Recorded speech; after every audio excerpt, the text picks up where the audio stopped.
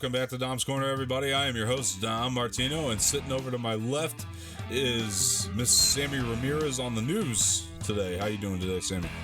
Doing good. Happy to be here. Good. And down to the bottom is Mr. Cisco Scartozzi joining us on this show for the very first time. Cisco, how you doing today? You excited? I am, man. I am. I wanted to do this last week. I had issues on this one, and I had issues on another show. It just seemed like last week was not my week. Yeah. But I redid that show before this, and now we're redoing it today. So I'm ready. I'm ready for the bounce back. Right on. I mean, not easy shoes to fill when you're following up the professor of what diseases are okay to make fun of. But hey, we're going to put you on a 30-day free trial. Or not 30-day free trial, but just a free trial. And if we don't like your service, we'll cancel you. So that's how it's going to be. Anyway, nah, man, you're all good. Yeah, guys, before we get started here today, please hit that like button below, subscribe to the channel, leave some feedback in the comments section, and share this with your friends. And before Jareth comes and kicks my ass, please hit that bell for notifications. That would be much, much appreciated. So, yeah, so we got a lot of fun stuff to talk about today. A lot of news. We got Oscar nominees. And much, much more. I think we got some Snyder Cut stuff to talk about too on the way. Yeah. So, yeah. So, speaking of Snyder Cut, I mean, let me just throw out there, by the way, I mean, the reviews are phenomenal so far. I mean, I'm so looking forward to this thing. I know what happens in it. I've been spoiled. I've been sent the info. I opened the info. I've been spoiled. I know what happens. Spoiler alert. But yeah. 100%. I'm not here gonna though. tell you, but I don't want to hear it. No. Yeah, me neither. We won't tell you. No spoilers. I won't tell you. Spoilers. There are some things that I think are gonna happen in my head, and I don't want to know. Mm-hmm. Yeah, no, don't worry. I'm not gonna tell you guys. I don't even want to be led in one way or the other. Nah, all good. I got the scoop, guys. Flash runs fast. No, ruined. Do the Darth Vader. One of my sources, you know. Who told you that? Who told you that? Can't disclose. Oh no. Scoops McGee. Scoops McGee. I knew it. McGee. Oh my god. I knew it.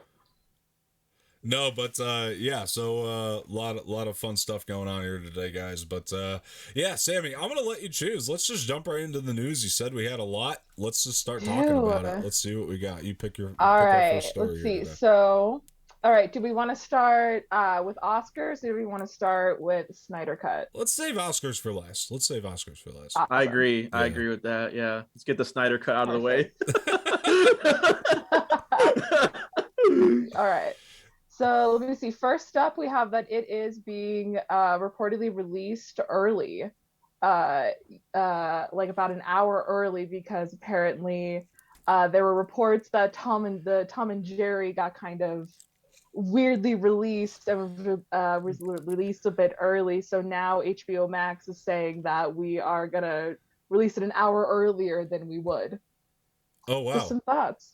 Huh. Okay, I mean, for me, it's like I don't know, like how that makes up for their error, but okay, it's an hour. Yeah, well, I mean, it's an hour. Yeah, for me, as someone who waited like almost an hour every week for WandaVision to post on Disney Plus, like I would go the minute that it said it was supposed to drop, and then it would just not load, and there'd be a service error for about an hour. I feel like Warner Brothers just kind of caught a case of the fuckets. And like that's kind of how I feel with this whole thing. And that's not to say that this thing's going to be bad. Obviously, we're hearing great things, like, you know, but I just feel like, to me, it just feels like they're just like, yeah, fuck it, you know, like fuck it, we'll upload it with Tom and Jerry. Yeah, fuck it, you know, fuck it, we'll release it an hour early. YOLO. Like there's just YOLO, exactly. They got a case of the fuckets and the YOLOs, and they're just like, now it's just whatever, you know what I mean? It's like, what does an hour early have to do with anything? To me, that's kind of how I'm feeling. It's like, yeah, when you said early, I was thinking like a day. Yeah. What does an hour do? Like, what isn't it still gonna be in like the early morning? Yeah. Yeah, so it will be 11 p.m. on the West Coast is when it will drop. On Thursday or Wednesday? On Thursday. On Wednesday, 11 p.m. on Wednesday. I guess. I don't know.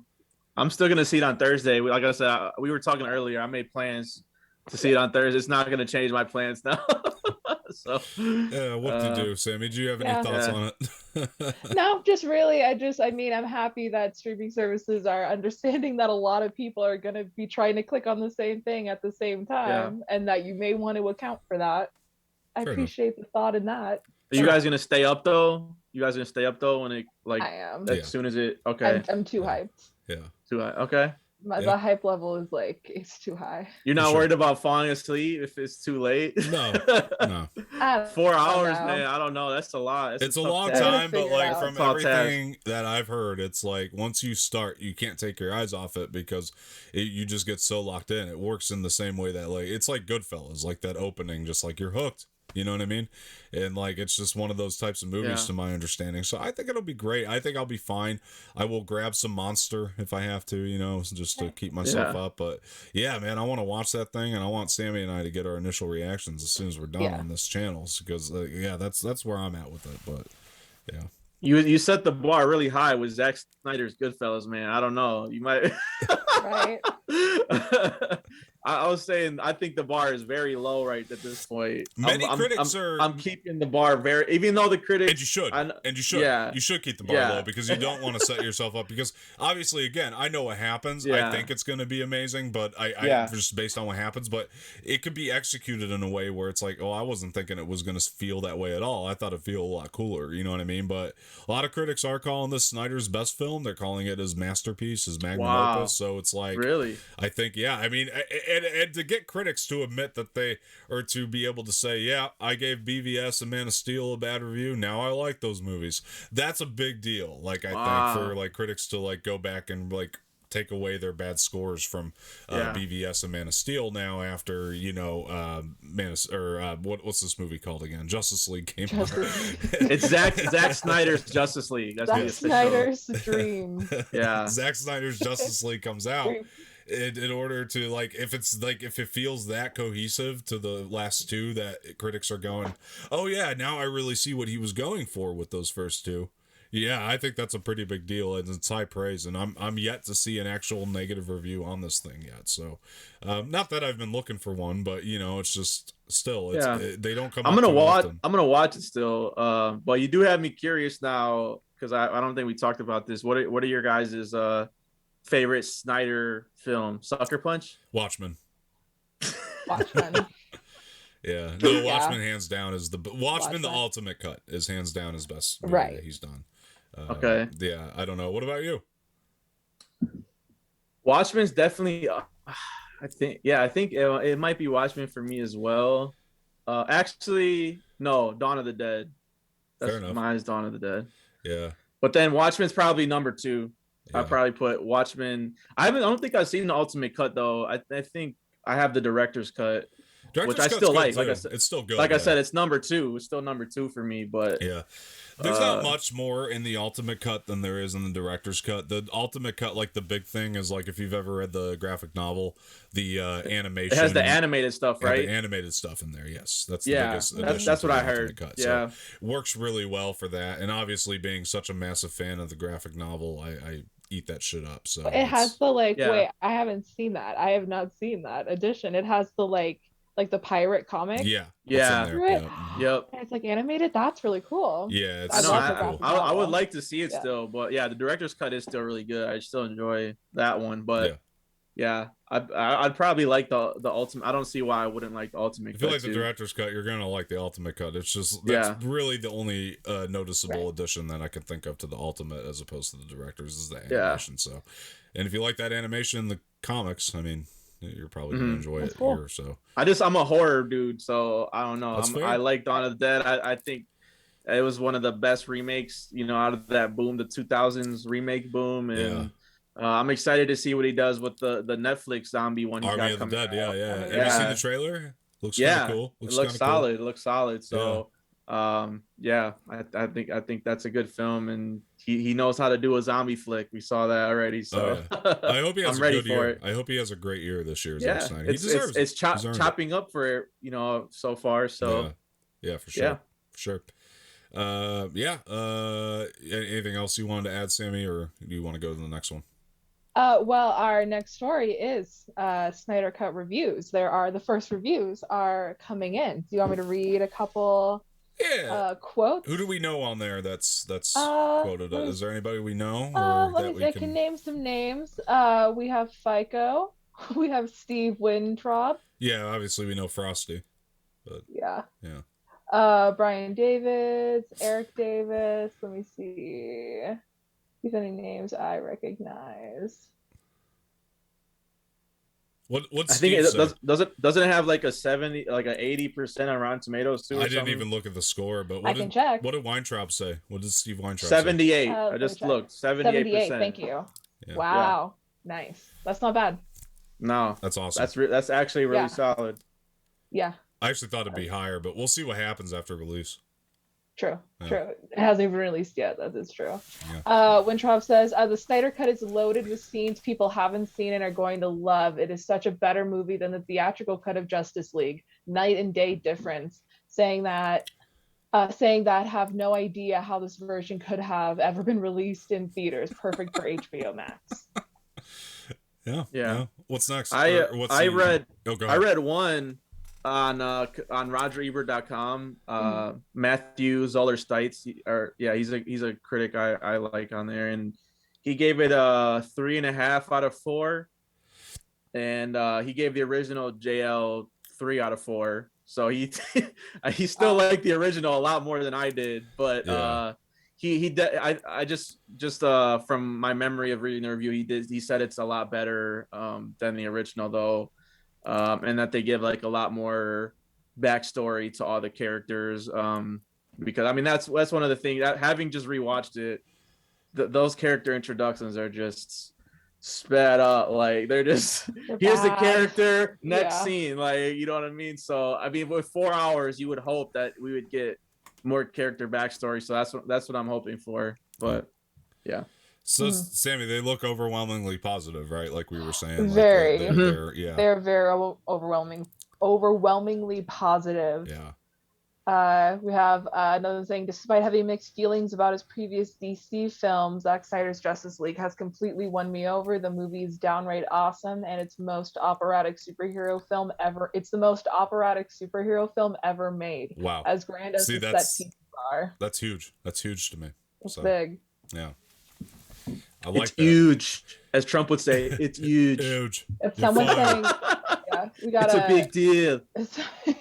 The Snyder Cut's the best cut I've ever seen. Cisco. I said no political references on the show. You're fine. I'm sorry. I'm getting old. I'm forgetting shit. You know how excited fired people gets me? I'm gonna go into cardiac arrest. This Zack Snyder guy, let me tell you. Good stuff. Good stuff. Get my epinephrine. Really? Best 4 hours I've ever had. Anyway, Sam. Yeah, sorry. Oh, continue. You know, no worries. I know it. Oh gosh. We have another one saying, this is from at Brandon Davis BD. He says, I watched multiple times Zack Snyder's Justice League. The movie is epic. The characters just matter more.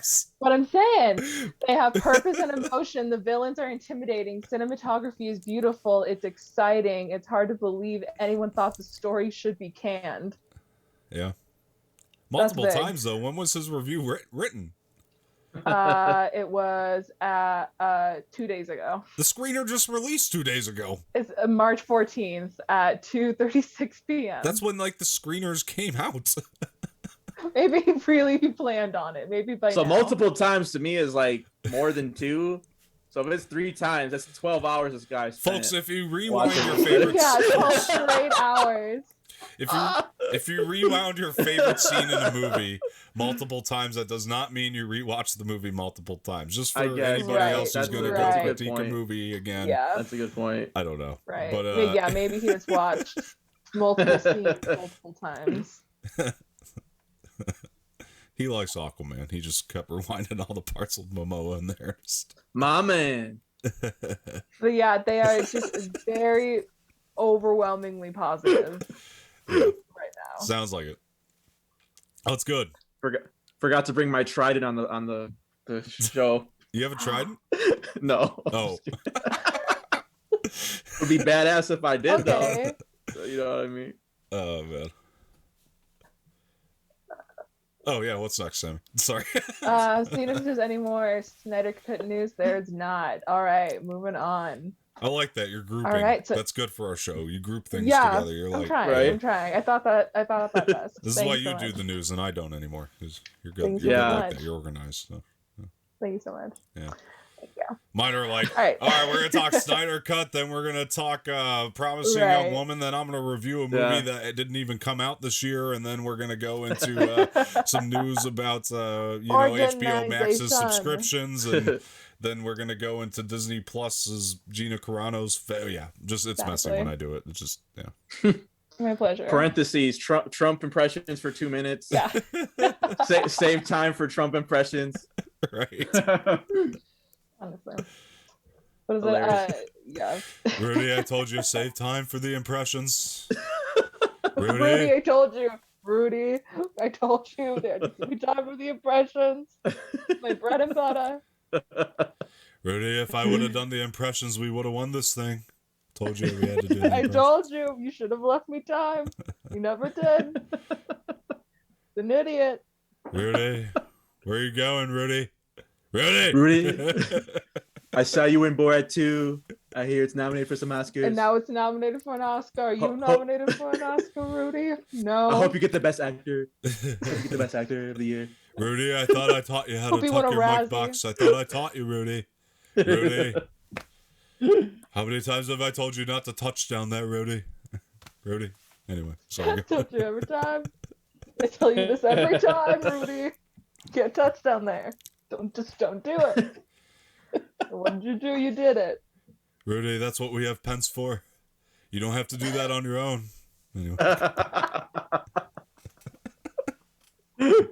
Oh my god. I'm sorry, Sammy. What's next? Yeah. Anyway, I'm sorry. Avatar. I'm sorry. Anyway, Avatar overtakes Avengers Endgame as the all-time highest grossing film worldwide as it raises to $2.8 billion amid a China re-release. All right, clearly Cisco has some hot takes here. What do you got? It's not a hot take. They just that's not fair. You can't just hack the system. Why not? You can't just re-release. That's bullshit, man. Get out of here with that. I disagree. 100%. So what then Endgame? Let's re-release Endgame then, and let's keep doing this every year. No, They're going to. Get out of here with that. Not? Yeah. All right. First of all, they're not going to keep paying it to do it every year, but Endgame could re-release now, and they're going to be fine doing that. I mean, that's dumb. That's no, dumb. it's fine. No, Endgame already did a re-release too, by the way, just so everybody knows. They already re-released Endgame. It happened already. They didn't need it. They still had it. They still had the record, I think, before that. No, but either way, my point is they did a re-release. I don't find it to be any less. But I feel like this was specifically to try and get that spot, and then they did it, and it's just I don't know. I don't. To me, it's an asterisk on the whole stat now. I don't know. I disagree. I think that if people want to go see it, then it's fair game. I don't know. What do you think? Avatar is more deserving than Endgame? Come on. In some ways, yes. No. Oh, get out. Some ways. I'm about to walk off right now, dude. I'm about to. No, dude. Come on. In some ways. Endgame wrapped up how many? Like 10 years of episodic storytelling. What? All right, I'm gonna say something. Avatar deserves it. I'm going to say something incredibly unpopular. You don't believe that. You don't believe that. No, listen, I'm going to say something incredibly unpopular. I guess I ended up with the hot take after all, but wow, this is the hot take. I'm going to say something incredibly unpopular. Nobody wants to admit this. I love Avengers Endgame, okay? I think it is a great, phenomenal theater-going experience. But at the end of the day, it is literally fan service bullshit. Look at Avatar, which is an original IP from an original storyteller that's based on nothing. Original in air quotes. Is Avatar not a remake of Dances with Wolves and Pocahontas? Like, no, Okay. come on, that's stupid. Original. That's about that. I don't know about that. That's stupid because I'll tell you why. I'll tell you why it's right literally now. Dances with Wolves with blue people. I'll tell you why that's stupid. Movie. I'm going to tell you why that's stupid right now because that's like saying... It's not. It's the same fucking movie. That's like saying Star Wars A New Hope is a Hidden Fortress. What? That's like saying A New Hope is a remake of the Hidden You're Fortress. gonna say Avatar and Pocahontas are the same movie? Dances with Wolves. That's what I was thinking of. Dances is literally the same movie. First of all, it's not a remake of Dances with Wolves. It's a remake of Ferngully. Second of all, when you look at when you really start to break down like what you're trying to say here, I can't even believe we're having this combo right now. Avatar is not good, bro. It's not that good. It's just not. What? It's not as good as Endgame. It's not. Fantastic. It was cool in the theaters when you could see it in the 3D, and then when you got it at home, and you're like, wow, this story is really just like shit we've seen before a million times. It's not really that great. I don't go that far. I don't know. So is A New Hope, though. When you look at Star Wars A New Hope, which is a masterpiece of a film, it's something you had seen a billion times. I wouldn't say we've seen A New Hope a million times. I wouldn't say that. Hidden Fortress, Seven Samurai. I could keep going all day with that. All those Flash Gordon serials, those are all the fundamentals of what makes Star Wars A New Hope. It's the same stories, it's just in a more innovative way, and they combine... James Cameron took his influences, and he combined them. And he made Avatar out of that. He's just like Lucas in that sense, where he takes all the things that inspires him as a storyteller and he puts them into this action, sci-fi, western, drama, you know what I mean? Like this whole thing with all the genres. Now, I mean, okay, you say an Endgame deserves it more. I understand why. Don't get me wrong. I understand why you That's think all that. I'm saying. That's all I'm saying. You think Avatar deserves it over Endgame? Come on now. What are we talking Try to about? hear where I'm coming from, though, in the sense that, like, Avatar is an actual original IP as opposed to Endgame is based on actual Marvel comics. They cherry pick from actual source material as opposed to, I think it's more of an achievement when something like an Avatar that was, made up, the Pandora, you have to come up with names of the worlds, you have to come up with names of the characters that all came out of his head, and when you make that up, to me, that is always going to be more deserving. I'm always going to root more for the guy or the movie that is more original, and I find Avatar to be the more original film. You have so much source material to inform about to go off. Endgame. You're about to go off. Sammy, it boils down to this for me, and this will be the last thing I say about it, okay? Because we're not going to agree on it, okay? But this is what it boils down to me. Avatar had the title for like 10 years. Had the title. Nothing probably even close to it. Had the title. Endgame comes out. It lost the title. Instead of taking that loss and just being like, you know what I mean? This is where we're at now. People like superhero movies. They pay to see superhero movies. They re-release it.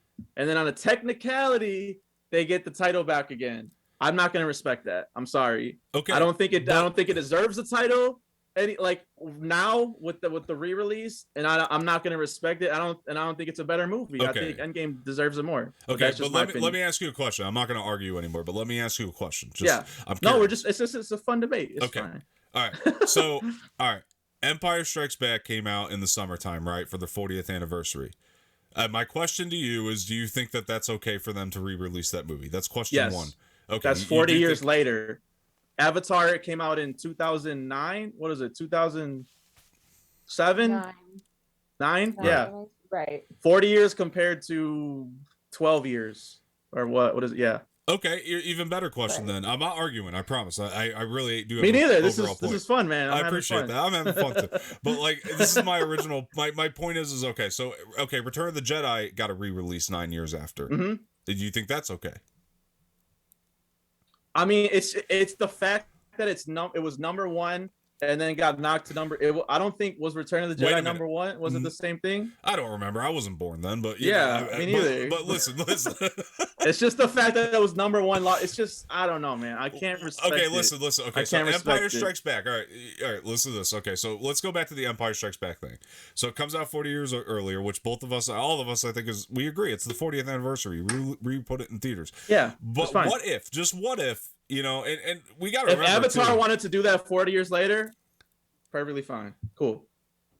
But this is not like a anniversary re-release. It felt like a let's get the spot back. No, it's not 10 years, I guess. But yeah, it just felt cheap. It just felt cheap to me. Now I'm starting to understand your point a little bit more then. Yeah. But like to me, 11 years, 40 years, there's really no difference in my opinion, but like I get where you're coming from a little bit more now, I guess, where it's like Endgame just took that box office record like not that long ago. So I get a little bit more of where you're coming from. However, I didn't look at it as that being the intention personally. But the fact that it did it in a matter of a day and a half, it says a lot about the Avatar movie is the point I was going to try to get to. But like, here's my question though. The question was if Empire Strikes Back though, even 40 years later, ended up taking the box office record like as number one, it would never happen. But let's say hypothetically it did. Would you have been upset if it beat out Endgame? It was 40 years. It's 40 years later, and you know people want to. I love that shit. I see whenever like my local theater sees something like shows an old movie, I'll see it.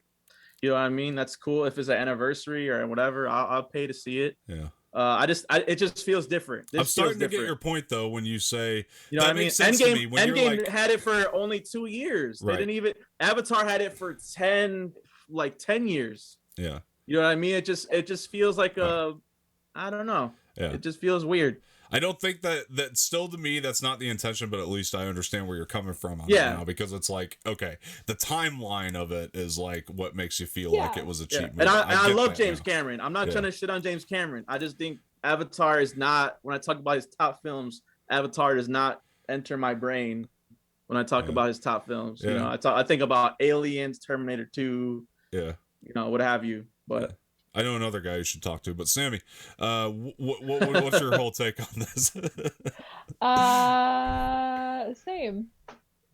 Same as who? I kind of agree on both. I get what you're saying. I totally agree that I think Endgame's the better movie, and I think should be at number one. And that's fine. That's your opinion, and that's fine. I get that. Yeah. For the same reasons that like it's been 2 years versus Avatar had it for 10. Like we can give it a second, but also like it's Avatar's right to, you know, do that and make a little bit more money and have its re-releases. It just happens to be the greatest movie, the highest grossing movie of all time. So every time a re-release happens, it's gonna just keep pushing that a little bit further. But eventually the game will be re-released, and I'll do a sports comp. I'll do a sports comp. I don't know if you guys watch sports, but like there's a thing in basketball now where there's super teams, and it's like just the best players, they go on one team and then they win a championship. And it's like you won the championship, but you went and got all the best players in the league to do it. So like I kind of don't respect it. You know what I mean? Like you didn't play fair. You didn't just you didn't win it off your own talent. You had to go and recruit people. And so you agree Avatar is a really good movie then? No. You just said all the best players. I do think Avatar is a really good movie, though. I think it's fine. I loved it when it came out. I don't like it like much anymore, to be honest. It's fine. It's cool. Am I right though in my comparison to New Hope, Sammy, to kind of like how it's like the same type of deal though? Like you get where I'm coming from on that, right? Like, right. Okay. Yeah. No, I get. Yeah, I definitely get where you're coming from. A New Hope's my favorite Star Wars though, so I don't know. That shit hurts when you say that. No. It's not. Oh, really? No, trust me. Like if I like Avatar New Hope, like a New Hope is like miles ahead as a movie. Yeah. So I'm saying it's like the same like idea of somebody like as a storyteller doing something innovative with all of his influences. No, I love fucking New Hope. I think that it's one of the best movies of all time. Avatar is not. I'm saying though, like, well, not to me. I mean, apparently to a lot of people it is because it made their money back in like a day and a half. It didn't even take long at all, and I think that says a lot about the fact that like is that global too? Is that global box office? That's China. That's just China. They didn't even. That's what I'm saying. I feel like that's China. That's what I thought. But okay, I think that's more impressive because they didn't even need the States to make that money back. That's the thing. Like that's actually really incredible when you think about that. And this is, I guess, my overall point that I wanted to bring this to is the fact that so many people are shitting on Avatar 2. Like it's not going to make any money. Nobody cares about this franchise. It's like clearly they do. Clearly, this thing still has legs. Doesn't matter if, you know, Cisco likes the movie or not. Doesn't matter if I like the movie or not. Doesn't matter if Sammy likes the movie or not. The fact is like, there are a lot of people, despite our own opinions on it, that love this movie and they will go see it. And I think that when Avatar 2 comes out, it's going to make a killing. I'm going to go see it. I'm one of them. But, you know, it's just like, I think that it will do very well. And I think that we're actually going to be really surprised with what James Cameron can do with an IP like this. I think that he's actually going to take it into some new directions, and he's an original storyteller. Like all of his movies, my point when I say original storyteller, I don't mean that he's definitely inspired by a lot of things, but I mean like he didn't cherry pick from like Marvel or you know what I mean, or like comic books or books or video games or you know what I mean, whatever we typically base movies off of now. But if you like Endgame better, you like Endgame better. That's okay. I get that. But I'm just saying, that, like to me, in my mind, I always credit the guy that didn't adapt it from something. You know what I mean? Or that's just kind of where I'm at. But love Endgame though. I think Endgame's a great movie. Yeah. This is my this is the last thing I'll say about it, and why I don't know. I feel like James Cameron should just not do any more Avatars. Like it's fine if you like Avatar. That's Hot cool. take. It is, but okay, feel me on this though. I love James Cameron. Like I said, he has great movies. He has my favorite Aliens movie. He has my favorite Terminator movie. I love James Cameron. I think he's a great director. The fact that he hasn't put out a movie since Avatar, right? That's his last movie he put out. Yeah. So 10 plus years ago, I feel like he's wasting all his energy on this Avatar thing. Yeah, but we could have got how many great movies in 10 years? What Ridley Scott is doing. You know what I mean? Like when putting out Prometheus and Alien Covenant, and he's got all the money in the world, and he stays working. But he's a great modern director that keeps working, and he churns out these projects that I'm excited for. James Cameron, I'm kind of just not excited for it. I'm sorry.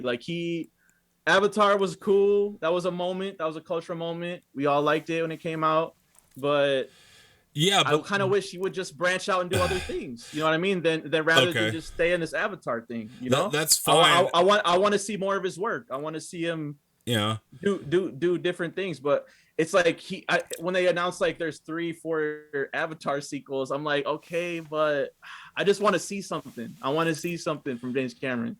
I'm tired of waiting. That's my whole point. Yeah, but Avatar 2 could be that on that level though. That's the thing. We don't know. We haven't seen it. And also the thing is that we got to realize here is that he was working on 3 different Avatar movies concurrently. It wasn't you know what I mean? And I think that's that. I think that means he has a plan that's gonna be he knows what he's doing. And every time Cameron puts something out, people freaking love it. They do. They do. They love it. They eat it up. Maybe not I have various opinions on all his movies myself as a personal opinion, but every time he puts out a movie, it's a hit. He's never missed. Never. Piranha 2. But he's never missed outside of Piranha 2. Every time he puts something out, it's a massive ass hit. It really is. And I don't know why we should doubt him, especially when working on something like Avatar, which, by the way, he is George Lucasing this thing in a lot of ways. He's using technology that we've never seen before to make these movies. That's another part of why it's taken him so long, is because he wants to innovate and, use new technologies that we haven't seen before and new techniques to make movies. And that's I'm never going to even those stupid ass Star Wars prequels, Phantom Menace and Attack of the Clones specifically, at least they're innovative in the sense that George is using new technology. I'll always have respect for that. I don't like those movies, but I'll have respect for that. Feel me on this though. I will always love them. What were you saying? Good. I just counted right now. Hold on. He has only 8 feature films. Yeah. Including the Piranha one since the 80s. Yeah. Quentin Tarantino has 9. He started in the 90s. Yeah. You know what I'm saying?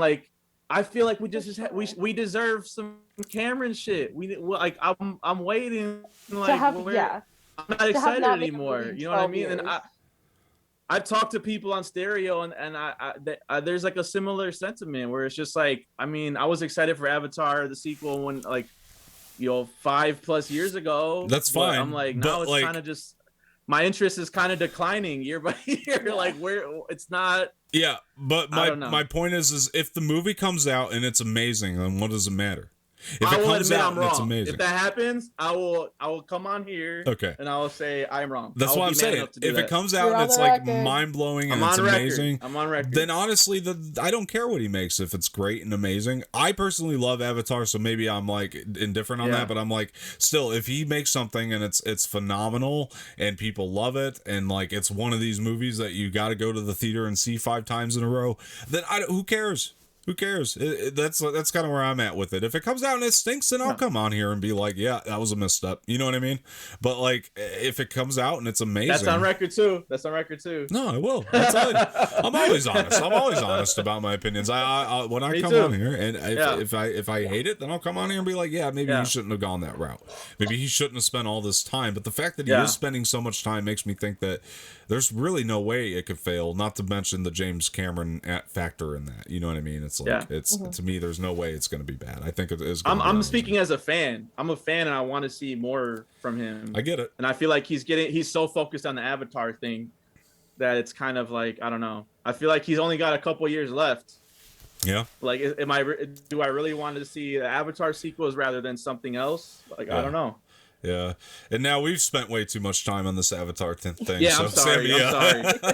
What do we got? Sorry. Oh, you're okay. I know we got a lot. I love the conversation. Love the conversation. Go ahead. Yeah. And I was like, and I promise nothing. All right, G.I. Joe live action TV series centered on Lady J in the works at Amazon from Eric Olson.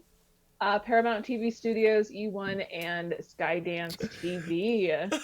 So Lady J, the undercover operative in Hasbro's G.I. Joe universe, is getting the small screen treatment.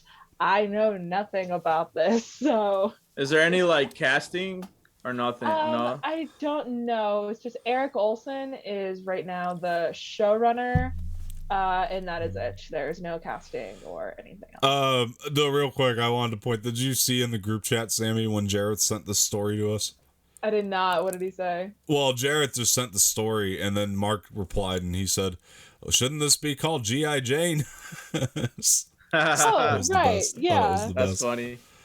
Anyway. Yeah, I don't really have much on this either, to be honest. I don't have a strong opinion on this. Like, I don't know. Yeah, I mean, it is like G.I. Jane, right? Like, that is the plot we're getting here, basically. So, I mean, it's like, to me, it's like, okay, why not? I mean, I know that they're trying to, like, I don't know. I kind of feel like if it's good, I'll watch it, you know? Like, I don't really care. Like, exactly. It's like, if it's good, I'll watch it. I mean, or I'll check it out. I'll give it a shot if it gets hype or... You know, whatever. I mean, I think that, you know, great. Give more females a role. Like, I'm good with it. And like these war type military type things. I really like that.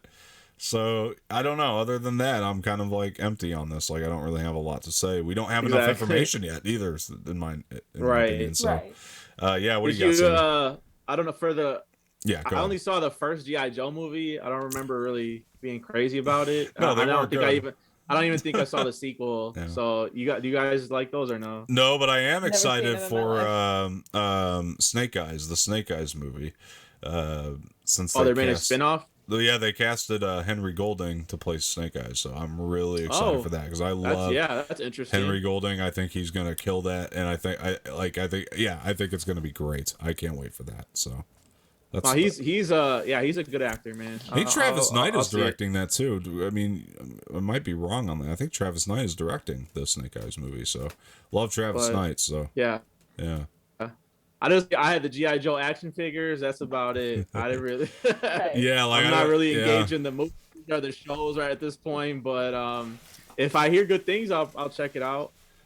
Yeah. That's about it. All right. What's next? All right, so next up we have Ewan McGregor reportedly being cast as Obi-Wan Kenobi in the Rogue One prequel series, Star Wars Andor. Yeah. So it's being reported that he has been given a reoccurring role in the Andor series. What do you guys think? I'd heard rumblings that like some of the drama that was going on between in season 2 of Mandalorian in the writer's room anyway was that Kathleen Kennedy, I don't know how true this is, again, I just heard these rumblings from quite a few people, but like I just heard that Kathleen Kennedy wanted Mandalorian season 2 to kind of play into the Kenobi series, and that Favreau said like there's no real good reason to do that, you know what I mean, to connect the two. There's no real good reason, and there was some drama there, I heard, but like other than that everything was good. But I guess my point is I think this makes sense because it sounds like Kathy wants to have things connected over there as much as she possibly can, and I think that obviously Rogue One and Kenobi makes a lot more sense than Kenobi and Mandalorian, you know what I mean, to connect the two of them and to make them more in the same universe. I mean, they take place in the same similar-ish type timeline. So yeah. But my question is, if Ewan is showing up in Andor, then Andor takes place way before Rogue One. Then it sounds like, at least like 10 years, because if at least like 10 years, because if Kenobi takes place 10 years after Revenge of the Sith, and Ewan McGregor is playing in that age range, they're not going to want to do it anywhere close to New Hope, because as audience members, we'd be like, it's interesting because he's supposed to be Alec Guinness, and they want to connect Obi-Wan and Andor, right? Right. So I'm thinking maybe so what would that be? 8 years before? Possibly, but I don't think you can stretch it any more than that. Right at 8 years. Yeah, you can't stretch it any more than that. That's like maybe 8 years at a minimum before New Hope. Mm-hmm. So that's what's more interesting to me about this, is the fact that it takes place so long before. Because I figured, my whole theory, I think I talked to you about this before, Sammy, but my whole theory was that the last scene of the last season of the Andor series, and this could still be true, was going to be the first scene that we saw Andor in Rogue One. That's kind of how I thought the series was going to end, and it sounds like if it takes place that far before, I don't see how they do that, but it is still possible if they time jump between seasons. I don't know. To me, it's an interesting decision if they're going to do that, but I like Ewan McGregor. I like Ewan McGregor as Obi-Wan, so anytime I get to see that, I'm good with that. I just want it to make sense in terms of his age, appearance, and I don't want it to feel like too much of a stretch, him going into Alec Guinness, unless they're going to deep fake Alec Guinness on top of Obi-Wan, which even then I'm not too down with that either, but at least don't. If they did that, the age would make sense. But no, I want to see Obi-Wan or Ewan McGregor play the role in his purest form. I think that would be the best way to go. So I want it to make sense to Rogue One. I want this series, I like Rogue One already, but I want this series to enhance it. So I think that if you can do that, and you need Obi-Wan to help you with that, then all the better. The more connected we become, the better all these things become, the better it's gonna inform everything and enhance everything, and originals included. As much as I love them, they will enhance the originals, if they start to become more connected, and I think it's a great thing. So I don't know, Cisco, what do you got? No, I pretty much agree with everything you said. I know you're the Star Wars guy. I like Star Wars, but I'm not as educated as far as timelines going and everything like that. I really did like Rogue One. Agree with you on that. That's probably my favorite of the Disney Star Wars films. Yeah. And as far as Ewan McGregor, he was the highlight of the prequels for me. So I'm all in. If he you know what I mean, whatever he does. And as far as new Star Wars content, I'm ready for it. Yeah. So yeah. Well, the cool thing about Cassian, and I want to know how this plays into it, is Cassian was a separatist, before he joined the rebellion. So I want to know, how is their relationship going to be, Obi-Wan and Cassian's, you know what I mean? Obi-Wan obviously being a part of the Republic, and just having those beliefs. I want to know if Cassian is still in his separatist type ways. It sounds like he is from some of the descriptions we were getting about this series. It's he's on the streets, he's kind of looking over himself. He's going to be doing some criminal stuff, it sounds like, to get to where he needs to be. So I really think that's it's going to be interesting. I mean, if he tries to pull some shit on Tatooine and old Ben's out there, you know, being kind of Tatooine's protector right now, they kind of talk about this in a lot of the comics. So if you look at the journals of Ben Kenobi, you know, he was kind of out there. Like if he saw like thieves out there in Tatooine, he would do what he can to stop it, you know, while laying low. You know what I mean? But you know, he was kind of like the protector of Tatooine for a long time when he was out there looking after Luke. I mean, he had to do something with his time out there. So, yeah, he definitely. So I'm just really interested to see how it all connects together like that, and I hope that they kind of do take some of that stuff from the comics, where it's like, okay, Cassian's out here committing crimes at Tatooine, Obi-Wan's going to, you know, try to put a stop to him. I think that'd be pretty cool. That'd be a cool aspect. Maybe Obi-Wan turns him his beliefs. You know, maybe Obi-Wan's the reason that Cassian does join the rebellion. You know, maybe he's part of that. So that could be really cool. That would be interesting. Yeah. Oh, what do you got, Sammy? Oh, just that I like that idea actually. That would be really interesting. I'm down for this. I'm into it. Yeah. I mean, yeah. Again, the timelines are a little weird, but yeah, we'll see. Yeah, We'll see. I don't know how long before it takes place, so Yeah. we'll see. They'll make it work. I think they have been lately, and I think it'll work out. So that's where I'm at with it. yeah. All right, what's next? All right. Next up, so Quiet Place 2's release date got moved up to May. Yep. So it was supposed to come out September 17th, and now it is coming out May 28th. I mean, does anybody have still, anything negative to say about this? I mean, I think we're all pretty much excited, you know, for all the same reasons. I think that for me, it's like, obviously I want to see it. The first one was incredible. The only pushback I'd give is like, I hope we're ready by May, but the fact that they're moving movies up now makes me pretty confident that they think like, yeah, I just read today, Indiana, the vaccines got, you know, moved down to 45 age group. So like, that's pretty good. I mean, we're that's a good spot. That means 45 and older in Indiana anyway, they've gotten the vaccine, you know what I mean? So that's like, I'm sure by May we'll be far more advanced by that, you know, within that. So I just think, yeah, people are going to start to feel safer to go back. And I think it's a good thing. So.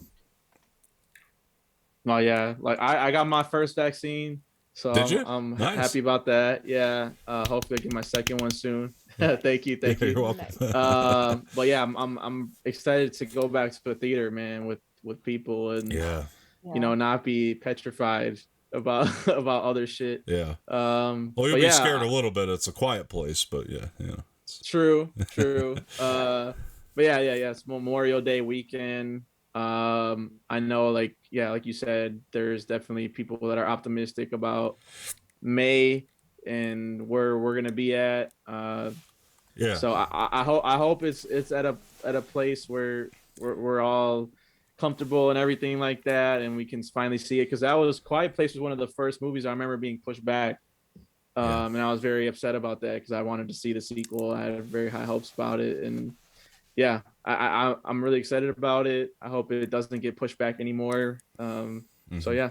Yeah, we got to remember, like, this is one of the ones that critics got to see at an advanced screening before the pandemic went down. So it's like, it's pretty crazy to think that, you know, all these critics are out there holding this information that they've been wanting to get out, and then they're, you know, they got embargoed again and couldn't, you know, put their reviews out. So that really sucks. So I'm happy for the critics. They don't have to wait till September or whatever, you know. Now it's like like, okay, that's a little bit less of a wait for them. Yeah, I say release this thing. Let's get it out there. I think it'll do well. It's a Quiet Place too, for crying out loud. I think that this is a great movie to get people back in. You know what I mean? So. Agreed. Yeah. Agreed. All right, what's next? All right. So next up, Matt Reeves's The Batman has finished wrapping. He tweeted out a picture, #last day of filming. So the production did have a bit of trouble back in September when they had to halt all production because the star, Bruce Wayne himself, Robert Pattinson, got tested positive for COVID. But now the film is completely wrapped, and it is slated for March 4th, 2022. Yeah. This is one of my most anticipated movies of like the next 2 years. So I'm so happy it's finished. So happy. First of all, I think that this puts the Pattinson's not working out thing to rest. I think that that's complete bullshit. Has anybody ever seen Pattinson not in shape at some point? Because I sure have. I mean, like, and secondly, this is nothing but good news. I mean, this is great. I mean, I'm glad that they were able to wrap it.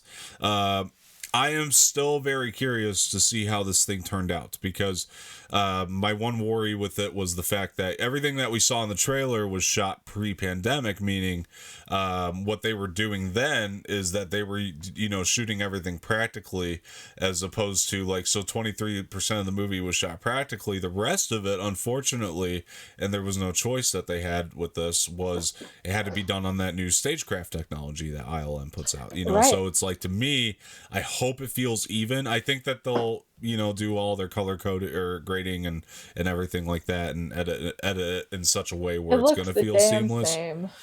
Yeah, I mean, I think they'll make it look seamless. I mean, I think that we're gonna probably it's probably why it's not coming out till 2022. We're probably gonna need some extra time in post-production for it than what was initially planned, considering they need to make the two shooting styles look seamless and blend together. So I think that's a lot of it. Otherwise, I think we'd actually be getting it this year, to be honest with you. But post-production is going to take a long time, I think, on this, and I think that's part of why it got pushed so far back. But I think everybody, for the most part, is excited about this. I could be wrong, but yeah, Cisco, what do you got? No, yeah, like you're talking about the trailer. The fact that they put out the trailer only, however much they had done, and it was that good. Yeah, has me like really hyped for it. You know what I mean? Like, like if that was like early in the production process, and it's slated for next year. I'm on board. I love The Lighthouse. I think Pattinson is past the whole Twilight thing. I know you guys, like, I was listening to your show, and some guy was saying the same thing on there, that he's hyped for it too, and it seemed like he was about to shit on him, but no, he was excited too. So I'm really just the director, Robert Pattinson, getting a restart after Batfleck fell through. I'm ready. You know what I mean? Give it to me. I'm ready to see it. Yeah, for sure. Yeah, Sammy. I mean, again, this is one of my most anticipated movies, like upcoming releases. The trailer was what absolutely blew me away. Like, that was one of the most amazing trailers I had seen in a while. And I am so excited. I've always loved Robert Pattinson, and I've always just enjoyed watching him on screen. So I am so excited. Yeah, for sure. Go ahead and what's next?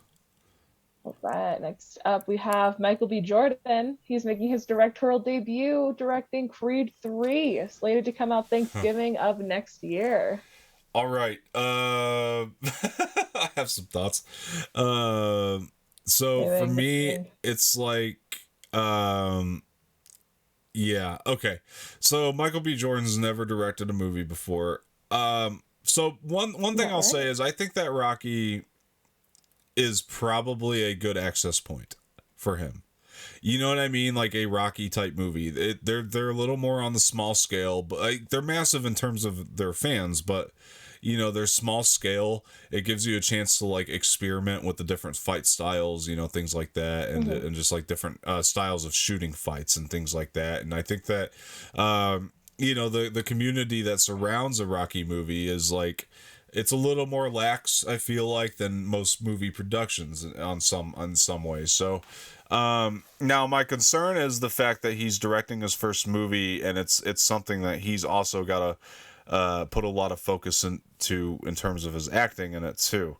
It requires a lot from him as an actor. He's an amazing actor. I think he can pull off anything. My fear is that the focus into directing his first movie will interfere with the performance, just maybe ever so slightly, though. Because he's played the character twice before. Sure, and I think he's great in it.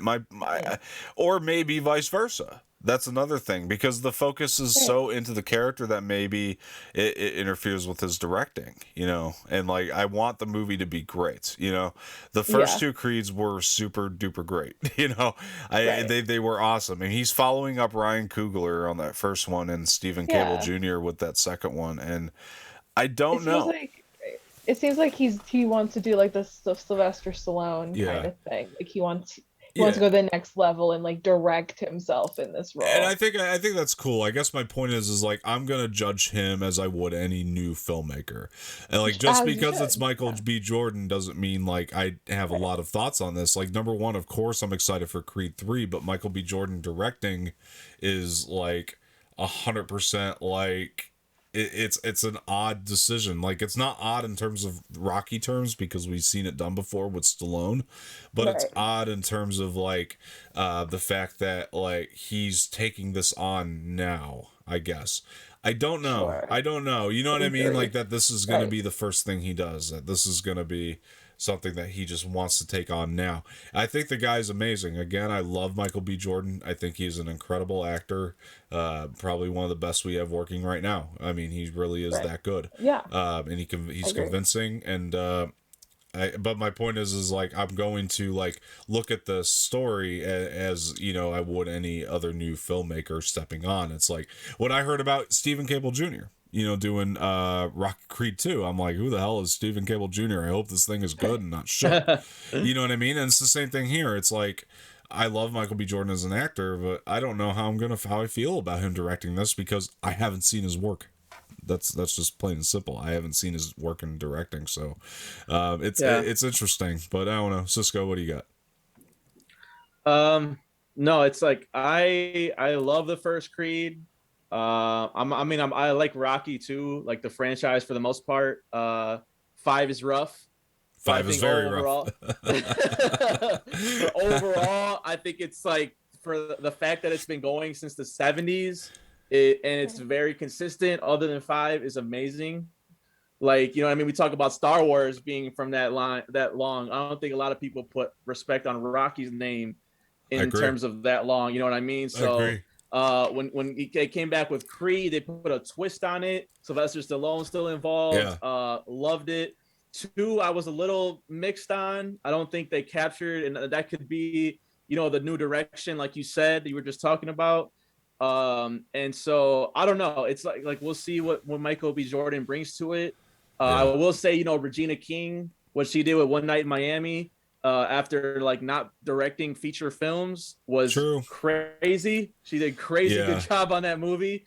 Not nominated for directing at the Oscars. I know we'll probably get into that soon, but like she did a great job. I know she did some TV work beforehand, but like her featured debut. So I mean, Michael B. Jordan, he's been acting since he was a kid, since The Wire, since the early 2000s. So he's been around directors.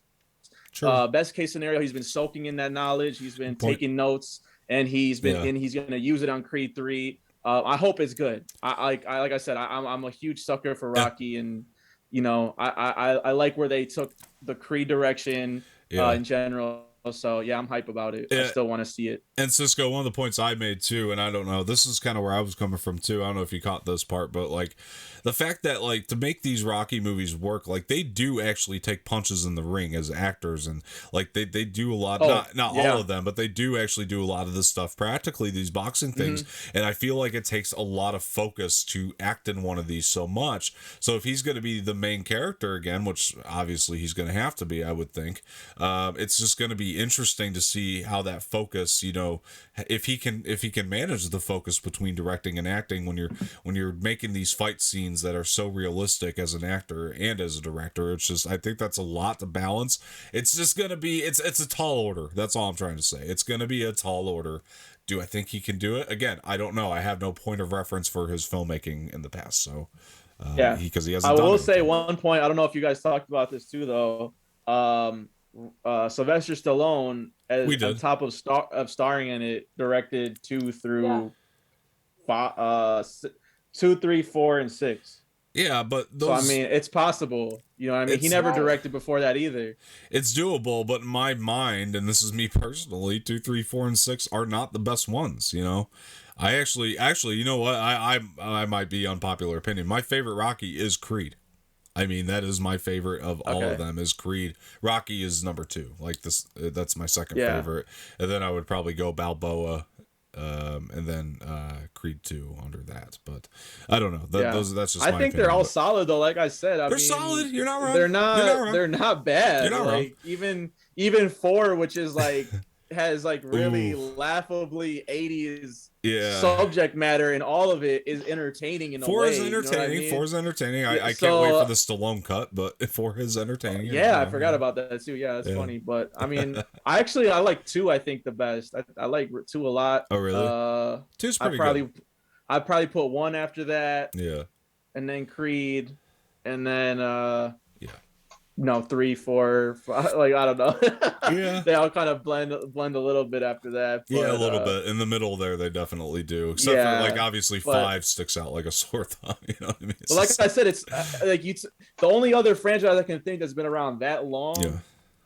Is James Bond, and that one's been wildly inconsistent compared to Rocky and True. You know what I mean? Compared to Star Wars, you could argue it's inconsistent too with the prequels and your thoughts on Disney stuff. Sure, but good point. I think, like I said, people don't talk about Rocky as a solid franchise enough. Like other than 5, I don't think they've made like a terrible Rocky movie.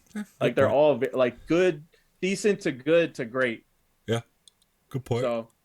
Yeah, it's doable. Again, I just we don't have a point of reference for B. Jordan's work yet, so that's just it's hard to like give an opinion on it. You know what I mean? But I think he's a good actor, though. I know some people don't like him as an actor. Phenomenal. I think he's great. I don't know. Like, I think it's just a personal thing. People don't like him, but I don't know. Yeah, I love him. I think he's awesome as an actor, and I think he's a cool dude. Like I haven't met him obviously, but he seems like a cool, down to earth dude. So, and somebody who just stays motivated and wants to keep trying new things. So, I'm down for him doing this and giving this a swing. I don't know how it'll turn out, but yeah, Sammy, what do you think of Michael B. Jordan? Directing Creed 3. I mean, I'm excited for it. I agree that I think Sylvester Stallone did it, and I think that's probably the similar reasons as to why Michael B. Jordan wants to do it, right. And it's worked before. I think it can work again. Yeah. I'm excited for it.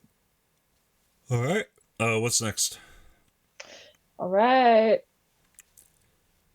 right, so rock icon and horror director Rob Zombie has been tapped to bring the classic sitcom family The Munsters to the big screen. He has professed his love for the original series many times over the years, having claimed to see each episode at least 17 times.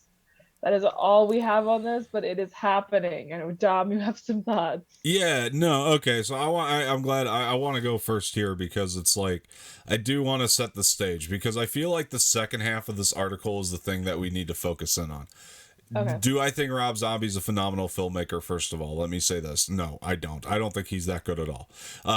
He does have a cult following, but I don't think he's that great of a filmmaker. But to his credit, he does take risks. He takes big swings. He has a style, that's for sure. He has a specific style. But the second part of this article is really what I want to focus on, is the fact that he is a massive freaking Munsters fan.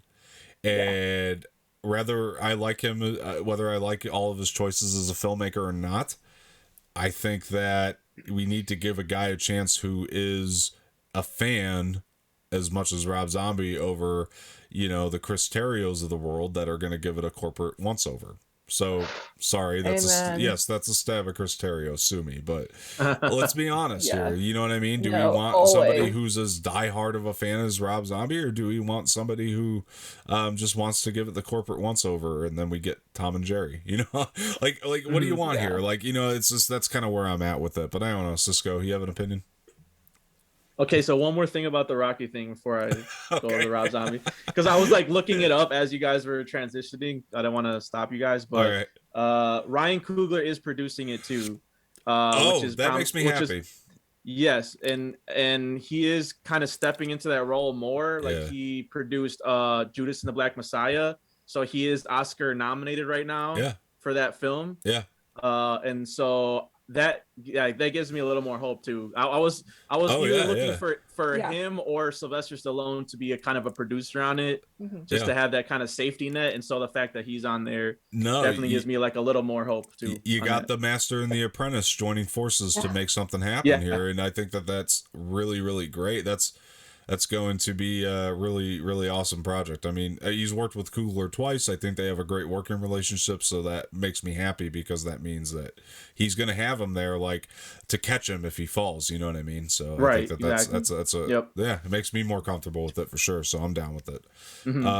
Typically, I don't care about producers that much, but like when it comes down to something like this, that's like, no, dude, I'm going to look after you while you make your first movie. I'm going to, we're going to keep the training wheels on for your first one. And you need to, you just need to. And exactly. I think that's a good thing. So, I think you'll help.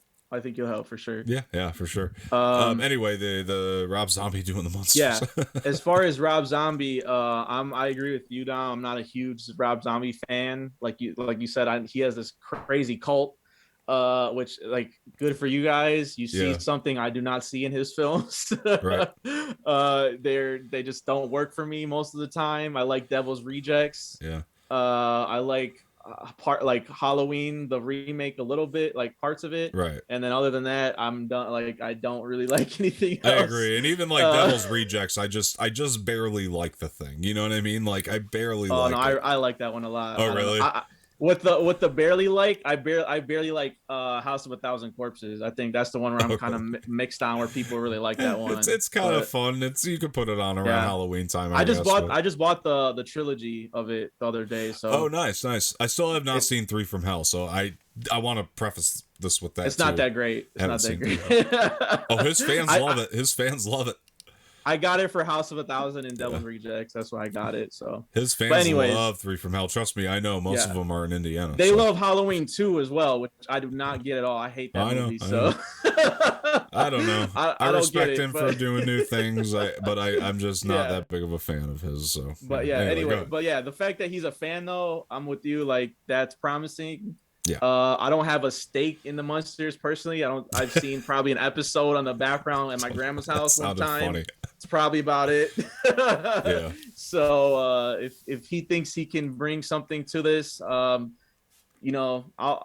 check it out. I'll check it out when he drops it. Right. I don't know if it was on your guys' show or someone was bringing up that Eli Roth did that Jack Black movie. Yes, the House with the Clock on its Walls, and it was great. Yeah, and that was pretty good. That was actually like compared to his other films. I'm not a huge Eli Roth. Yeah, I don't know about that, but I like Hostel. I like Hostel. The first Hostel is really good. Hostel is really good. I'll give you that too. I love Hostel as well. But yeah, I mean, like when I first heard that, like, he's doing a kids horror movie, I'm like, I don't know. Right. He's really hardcore graphic, and then he switched it up. So, I mean, I'm giving Rob Zombie the benefit of the doubt. Right. He can successfully do it if he's 17 times an episode. I mean, go ahead. Yeah. Like balls in your court, man. Yeah. Well, let's be real though. Like, I mean, House of a Thousand Corpses. I mean, I really like Hostel too. I'm with you on that. I really like that movie. Yeah. But House with the Clock on its Walls is his most acclaimed though. We can at least agree on that. Like, I think it was his most critically acclaimed. So I think that's still like it speaks volumes about like the fact that, like, I mean, when he's gonna make a family film, he's gonna make a family film. You know what I mean? And it's the same thing here. Like, Rob Zombie is good. It's gonna have Rob Zombie's sensibilities in there, but it's going to be a family film. It's going to be a monsters movie. It's going to be something that speaks to that. I would imagine. So I don't think that he'll ruin this. I think that it'll at least do a fair job on it. I don't think it'll be anything that's going to ruin our lives or anything like that. I love the Monsters, by the way. Have the box set, so I do have stake in this. Oh, nice. I'm saying it from a guy who loves the Monsters, as a guy who loves the Monsters and is not that big of a fan of Rob Zombie. I think that this will turn out all right. But yeah, Sammy, what do you got? I really don't have an original thought on this. I echo what you guys said. Yeah. Right, cool. I will add one thing though too is I saw there was kind of a conversation on Twitter today about Rob Zombie just dropped a new album too. Yeah. So like the fact that he's still dropping music, all these years later, this like heavy metal and doing his own thing, directing. Like like you said, I respect that. I respect that he has his own thing of it. Oh, like I haven't listened to it yet or anything it's good. like that. It's good. But I heard it. It's good. Oh, you heard it's good? Yeah. Yeah, I heard like a couple tracks, but yeah, I'm definitely gonna check it out. But yeah, I definitely respect an artist who just takes chances, like swings like that. You know what I mean? Instead of playing it safe the whole time. Yeah. So I think he's better at music than he is filmmaking, to be honest with you. So yeah, I just his album's pretty good. Yeah, I liked it, but yeah, I have to check it out. I have to check out the whole thing. It's good. It sounds like classic Rob Zombie, like the old stuff. So I was really into it. So if you like some of the old classics, Dragula, things like that, I mean, you just definitely check this one out. But anyway, Sammy, what was next? What was next? All right, so next up, The Evil Dead and Evil Dead 2 star Bruce Campbell is producing The Hole in the Ground, director Lee Cronin's The Evil Dead Rise. And today, Campbell revealed that the new film will begin filming in New Zealand later this year. He told Knox News that they're planning to shoot the next Evil Dead movie in New Zealand later this year. It's set in a modern-day urban setting. It's out of the woods. All right. That's all we know. Now I'm gonna take this one. I think that this is amazing news. I am so excited. Are you kidding me? That's the perk of being a massive Evil Dead fan, is you never get tired of them. You know, it is. It's just like they can make 100 of these and I would not care. Especially if Bruce Campbell's involved, I do not care.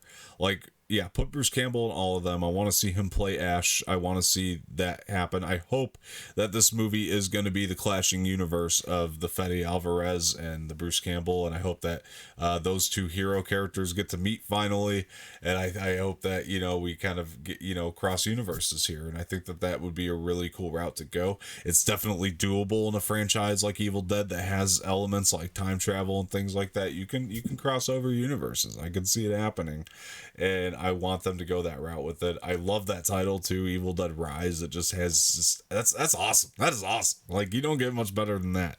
Love the Ash character. Love Bruce Campbell. Cannot wait to see this. I think it's gonna be amazing. That's my thoughts on it, and I freaking love Evil Dead. But anyway, Cisco, what do you got? Yeah, like. This is news to me because I thought Bruce Campbell had said he was hanging up the. Says that every time though, and then he comes back. True. Yeah. But yeah, if he's back, I mean, I'm with you, Dom. I'm a huge Evil Dead fan. I like the whole franchise basically.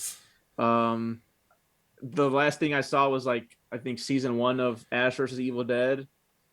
Which I like. I haven't seen like the seasons after that. I didn't see season 3. I saw 1 and 2. They were both great. Yeah. Yeah. Like I like what they did with it. So as long as they keep up the like momentum from that. Right. I looked up the director too. I haven't really seen any. I haven't seen anything he's done. So I hope for the best. Like, who is it? Campbell, his name. She said his name, Lee Cronin. Lee Cronin. Okay. So he doesn't have a ton of credits. I think it's like Hole in the Ground is the only film he's done. Oh. Okay. So I haven't seen that though, but I mean, hopefully they picked it for a reason, and they continue like the Ash legacy in a way that fans will love. Like, I love how gory Ash vs. Evil Dead was. I'm like, if you're gonna do it, even in the Evil Dead, like, sequel or remake, the Fede Alvarez, right? Yeah. They kept it gory as hell too. So it's like, as long as they keep that same energy, I'm gonna see it for sure. Yeah. Like opening night. I mean, that's just the trick to Evil Dead. You got to go balls to the wall, and you're right. Definitely. If they do that, then it's gonna be great. I mean, they know their audience. I feel like with Raimi and Bruce Campbell both on as producers as well. I mean, that's always gonna help your case. I mean, I think that I think they picked a great director with Fede Alvarez to do the last movie, and I think that he knocked it out of the park, in my opinion. Some people had mixed opinions on it, but I loved it. I thought it was balls to the wall,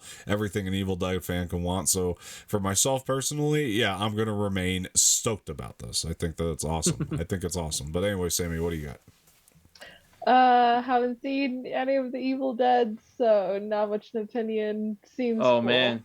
Yeah. I know, they're on my watch list. You're in for a treat. Yeah, you are. Oh yeah. Wish I could go back for my first time. Me too. That was a good night. But anyway, what do you got, Sammy?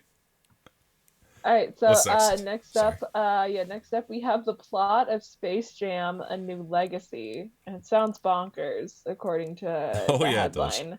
Go ahead. So I'm gonna read the quoted synopsis here. So we have playing a heightened version of himself, LeBron James struggles to relate to his son Dom, who's much more Dom? interested. Yeah, son's name's Dom. Good job. Congratulations. You're in Space Jam.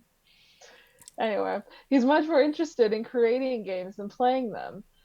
When Dom's tech skills draw the attention of a CGI humanoid named AIG Rhythm, played by Don Cheadle, the father-son duo gets sucked into the Warner 3000 Entertainment serververse, with the AI kidnapping Dom in the hopes of stealing some of the King's followers. IRL, he has about 80 million on Instagram.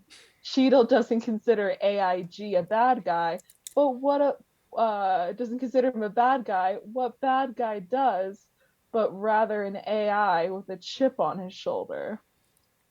All right. So listen, Sammy. Sammy, I love Spaceballs. I think LeBron James is really good as an actor. I like everything I've seen from him. Spaceballs. Space Jam. Space Jam. Space Jam. Space Jam. I'm sorry. I love Space Jam. Too. I love LeBron James as an actor. The kid's name is Dom. That's great. Yeah. This is stupid. This is like one of the worst plots I've ever heard for a movie ever. And somewhere in there, they're gonna have to play a basketball game with Bugs and Daffy and Lola and Taz. Somewhere Who pitched this plot? Remember that. And then, forget who pitched it. Who said yes to it? Like, who got this plot Everybody, pitched to apparently. them? Yeah. And just for said, this to yes. be the actual plot of the movie, everybody had to have approved that. I'm sorry, this is dumb. This plot is dumb. I don't know how you make it work. It's a Space Jam movie, I get it. And they're always like, obviously Space Jam itself is a little bonkers when you look at it, but there is like a solid point A to point B. You know what I mean? For the most part, you have your one premise. What's the movie about? Michael Jordan gets, sucked down a golf hole and ends up in Looney Tune land, and he has to play a basketball game with them. Yeah. It's bonkers, but it's a plot. This is messier than hell. It's bonkers but messy at the same time, and I just don't know how you make this work. I'm still gonna watch it, and I'm quite excited. I'm gonna watch it. I don't know how excited I am anymore. This actually brought my excitement level down a little bit. I'm not gonna lie to you. It's honestly. Oh, Cisco, what do you think? I agree. I was just trying to comprehend everything Sammy just said because I was lost about halfway through. That sounds very bad, honestly. Yes. And just convoluted, which I don't like. It's Looney Tunes. I don't understand why you would have to do all that. It shouldn't be longer than a paragraph to make a Looney Tunes like basketball movie, but I don't know. This is funny. I went to I don't know if you guys are familiar with the How Did This Get Made podcast. Yes. But they talk about like bad movies all the time. Yeah. So I went to their live recording of Space Jam, the first one. And I was very sad to find out that the Space Jam does not hold up like I thought it did when I was a kid, and that was my favorite movie. It is very stupid. I don't know. I really like it. I haven't seen it in a while, and it's I'm bad, man. It's really bad, and but I bring this up to say that Paul Scheer, the host of How This Get Made, said that he has read the script because the Space Jam movie has been in development hell for years now, and he said that if they pull it off, it's a miracle. Which I took it as that it's so terrible that he has no faith that they're gonna pull it off. Wow. So that's where I'm at this point. Okay. I don't see this. I mean, it's just, and then Don Cheadle being in it, it's just, I don't know what movie this is gonna be. It sounds messy as hell, like Dom said, and go Mortal Kombat. I'll see what I'm excited for Mortal Kombat on HBO Max. So this one, not so much. No, listen, I mean, I actually, as somebody who's rewatched the Space Jam not that long ago, I actually still had fun with it. I think it's a good movie still. I think that there is a lot of redeemable qualities about it. I think that the fact that it's like a love letter to Michael Jordan, like that aspect of it, really holds up, I think. And I think that there's so much fun to be had with it. Like I just do. I think that this is the problem with this plot, is the fact that Space Jam is the type of franchise that I don't ask much from it, because it is so bonkers and ridiculous in the first place. So don't try any harder than you need to. This plot is ridiculous. This is a ridiculous plot for a Space Jam movie. You don't need all these different things going on. Just make a freaking movie about a guy who gets sucked down a golf hole and he's got to play basketball with the Looney Tunes. That's it. That's all you need. True. That's all. It needs to be buried. It needs to be cemented in simplicity. In all fairness, though, when How Did This Get Made laid out that the fate of the universe, like Looney Tunes, put it on a game of basketball. Yeah, but and none of the Looney Tunes had ever played basketball before. That was pretty dumb. When I kind of saw that again, I was like, "That, yeah." I guess, but they recruited Michael Jordan. That's good. You got one GOAT player, but other than that, I mean, like it just the original plot doesn't really make sense. No, so I'm just playing devil's advocate it's here. Fair. Like, it's the fair. original plot doesn't make sense either. It's so fair. Maybe it'll be good. It'll probably have better effects. It's fair, but I think the way I'm looking at it is like all those like side concepts. It's like they weren't like a part of the main point of the movie, which that movie was a love letter to Michael Jordan. You know what I mean? It was. Yeah. It was a tribute to Michael Jordan and his wonderful career. That's how I always looked at it, and it was just based in such simplicity at the same time that it's like, the Looney Tunes can play basketball if they want to. They're cartoons. Yeah, nobody cares about that. It's a guilty pleasure. I'm playing devil's advocate here. Maybe. I love Michael Jordan. And grew up with him. Yeah, I'm in Milwaukee, and I still love Michael Jordan. That's how you know a player is that great. Yeah. I couldn't even hate on him, even though he just destroyed us every time he played. Yeah. And I mean, The Last Dance was one of the best things I ever saw last year. So I'm just like, I don't know. It could go either way. That's what I'm saying. It sounds really dumb, but the original did sound dumb too. And I guess that's kind of a guilty pleasure still. So fair. Who knows? Fair. Who knows? I hope I watch it and I love it for everything that it is. I really do. I really am hoping to watch Space Jam 2 and absolutely love the crap out of it, but I just don't see it happening. But anyway, Sammy, what do you got? All right. About this, not much more. Okay. Move on.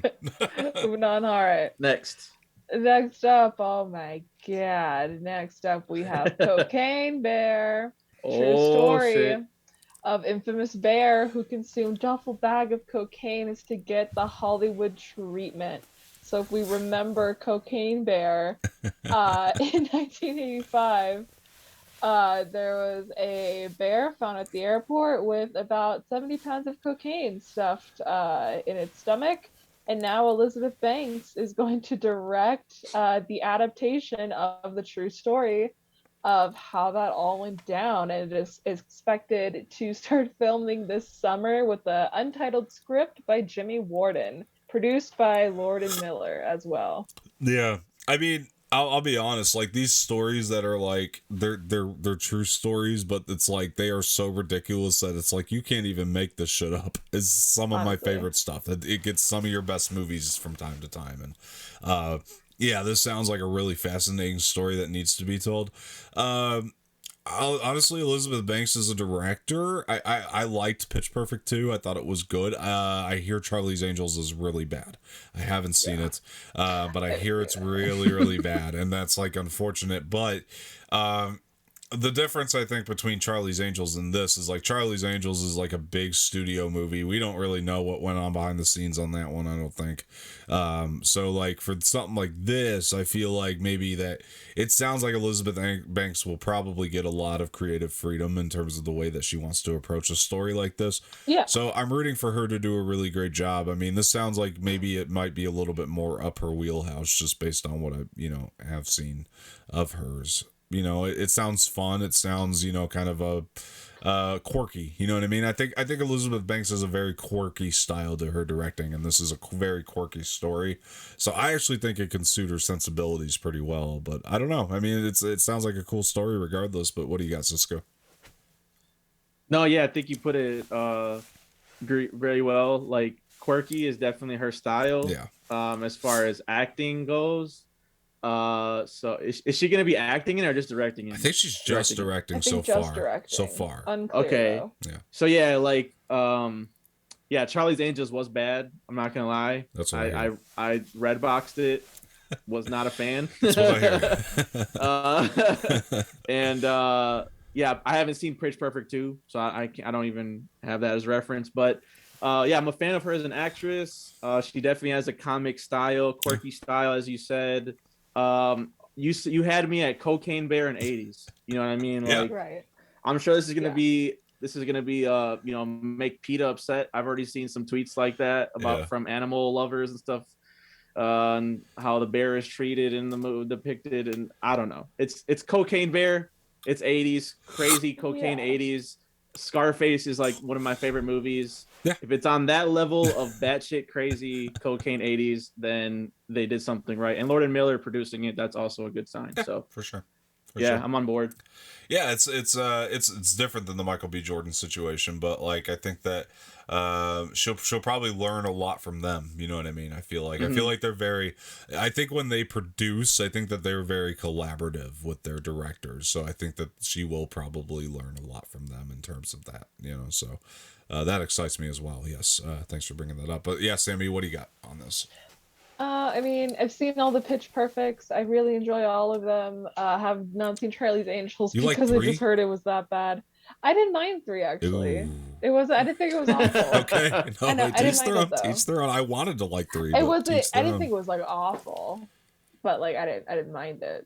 You're a musical person, though, right, Sammy? I am. I'm a big musical person. I am too. I am too. Pitch Perfect 3 was terrible. Yeah. But anyway, that's a different discussion. Though. The first one's the best. I don't know. I'm torn between 2 and 3. 1, 2, 3. I don't really have or 2 and 1. I don't really have a preference between those two. I think that they both are equally as great. But yeah. Anyway, I think it goes 1, 2, 3. Fair enough. For Pitch Perfects for me. Anyway, go ahead. That rhymed. I'm back. But have not seen the Charlie's Angels because I just heard it was that bad, and I did not want. And I love the Drew Barrymore, Cameron Diaz, Lucy Liu version. So I was like, I do not want to ruin that for me. But yeah, again, this seems fun, like that quirky kind of tone with the 80s and Cocaine Bear. I think this actually might turn out to be really great. It seems to be a good combination. I'll try it.